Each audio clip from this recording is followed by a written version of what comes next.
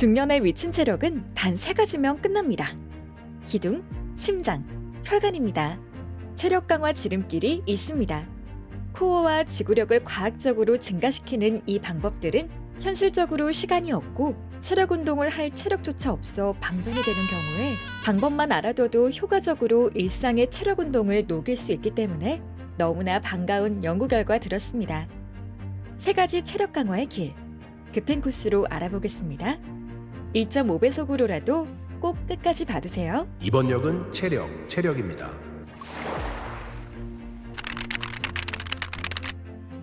강한 체력의 시작은 코어부터입니다. 코어를 몸의 기둥이라 봐도 되는 게 거의 모든 활동의 기반이 됩니다. 코어라고 하면 복근 운동 할 생각에 인상이 구겨진 분들이 계실 건데 끝까지 들어보세요.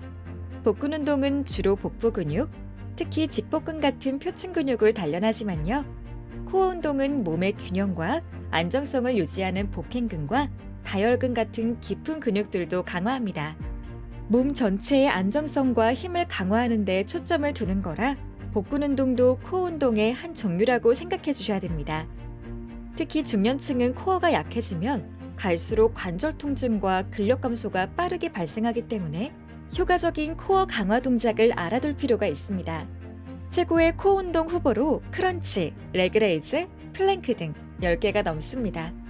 그 중에도 관절에 무리 없는 효과 좋은 코어 강화 동작으로 버드독, 데드버그를 먼저 소개해 드릴 건데요. 부상 위험이 적지만 효과는 높은 동작들입니다. 의외인 점은 플랭크가 중년이 하기에는 좋지 않았다는 건데요. 하나씩 알아볼게요. 버드독은 육상 선수들의 퍼포먼스 향상에 사용되는 훈련 프로그램입니다. 전력 질주용 코어라고 하거든요.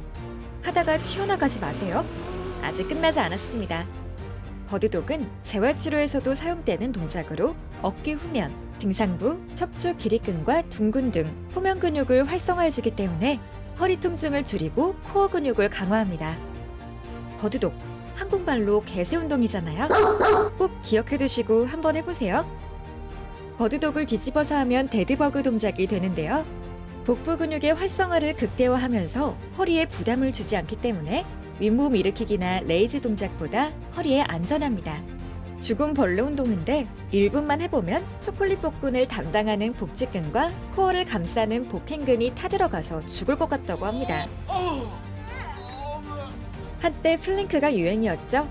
좋은 코어 운동으로 알려져 있지만 플랭크 같은 정적 코어 운동은 자세를 고정한 채 오래 유지해야 하기 때문에 정확한 자세로 하지 못한다면 허리나 어깨 쪽에 지속적인 하중을 주게 되며 관절이나 디스크 부상의 위험이 있다고 합니다. 간단한 운동이 아니죠. 고문처럼 견딜 필요 없이 버드독, 데드버그 같은 동적 코어 운동으로 하중을 분산시키면서 더 안전하게 해보세요. 아주 급할 때 걷는 듯 뛰어본 경험 있으시죠? 시간 투입 대비 최고의 심폐지구력 훈련으로 중강도 유산소 운동 강도가 딱 그 정도입니다. 중강도는 쉽게 말해 통화하면서도 빠르게 걸을 수 있을 정도라고 하는데요. 운동 중에도 간단한 대화가 가능한, 그런데 노래 부르기는 어려운 정도의 강도라고 보시면 됩니다. 심박수 기준으로 보면 최대 심박수의 50에서 70%의 범위, 약간 숨이 찰 정도에서의 속보 운동인데요. 미국 심장협회 연구에 따르면 하루 30분, 주 5일 이상 중강도 유산소를 지속하면 심장 기능이 개선되고 혈압을 낮추면서 심혈관 질환 위험이 최대 20% 감소한다고 합니다. 무엇보다 중강도 유산소 운동은 심장의 박출량, 즉 펌프의 힘을 키워 심폐 기능과 동맥벽의 탄력을 증가시켜 혈액순환을 원활하게 만들고요. 뇌로 가는 혈류를 증가시켜 집중력과 기억력을 향상시키기 때문에 중년부터는 안티에이징 관점에서도 꼭 챙겨볼 만한 운동입니다. 거창하지 않습니다. 그냥 빨리 걷기 정도로 생각해보세요. 심장과 폐의 기능이 좋아지면 신체 회복 속도가 빨라지고 피로가 덜 느끼는 몸으로 변할 겁니다. 빠르게 걷기, 자전거 타기, 수영 등 유산소 종류는 너무 많습니다. 강도만 뜨끈하게 조절해주면 되는데요. 특히 수영은 기회가 된다면 시작해보세요.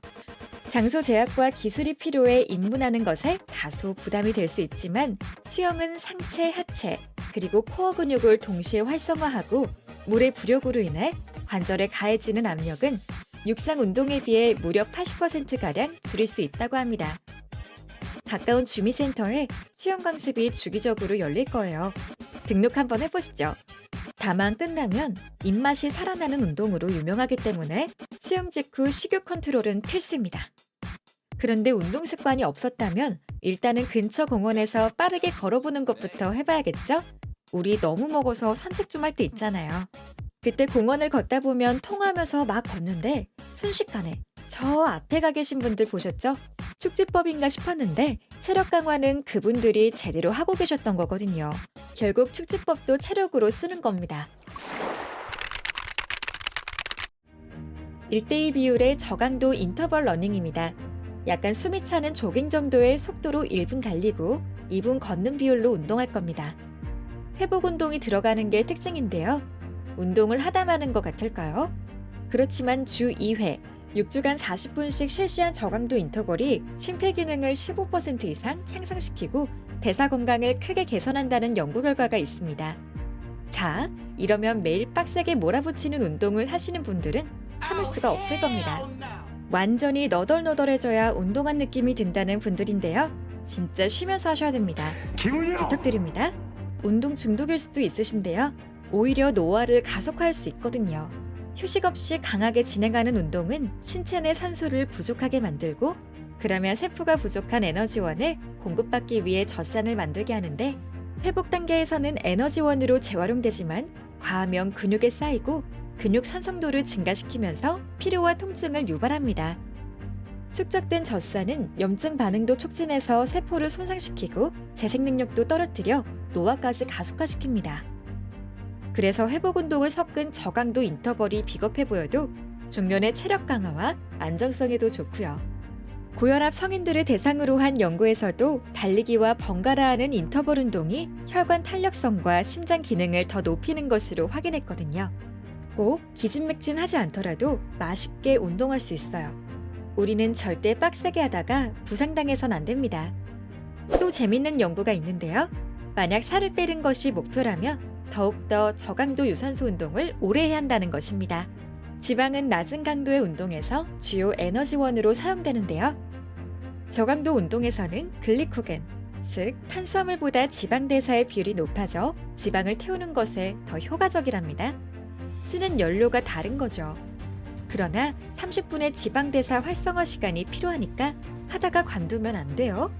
이 정도 강도가 딱 좋은 게 장기간 지속할수록 지방 대사의 비율이 높아져 체지방 감소에 더욱 유리하다고 하고 무엇보다 꾸준히 할 수 있다는 점인데요. 고강도 운동에 비해 에너지 소모는 적지만 지방 대사에 초점을 맞추고 피로감을 덜 느끼기 때문에 실천하기도 쉬워서 장기적으로 체중 감량에 더 효과적일 수 있습니다. 우리 체중 벼락치기 할 것 아니잖아요. 물렁물렁한 지방을 물렁한 강도로 불태워보자고요. 중년의 체력은 단순히 오래 달릴 수 있는 능력이 아닌 걸 알았습니다. 체력은 몸과 마음의 회복력, 지속할 수 있는 지구력, 인내력 모두 받쳐주는 힘입니다. 2002 월드컵 기억하시나요? 대표팀 감독 히딩크는 여러 평가전에서 졸전을 기록하면서도 체력 훈련을 주구장창 강조했습니다. 여론의 비난도 엄청났죠. 그러더니 영국과의 평가전을 비기고 결국 4강의 기적을 만들어냈습니다. 중년, 100세 시대에는 아직 전반전입니다. 계속 달릴 에너지가 있으신가요? 체력이 있다면 남은 후반전은 어떤 상대를 만나더라도 비벼볼만 할 거라고 믿습니다. 일어나세요. 어서요. 일어나야 해. 넌 조선의 자존심이야. 이번 영상 도움이 되었다면 좋아요와 구독을 부탁드립니다. 그리고 저희 채널에 더욱 쉽게 혈당을 관리하는 날로 먹는 운동법도 확인해보세요.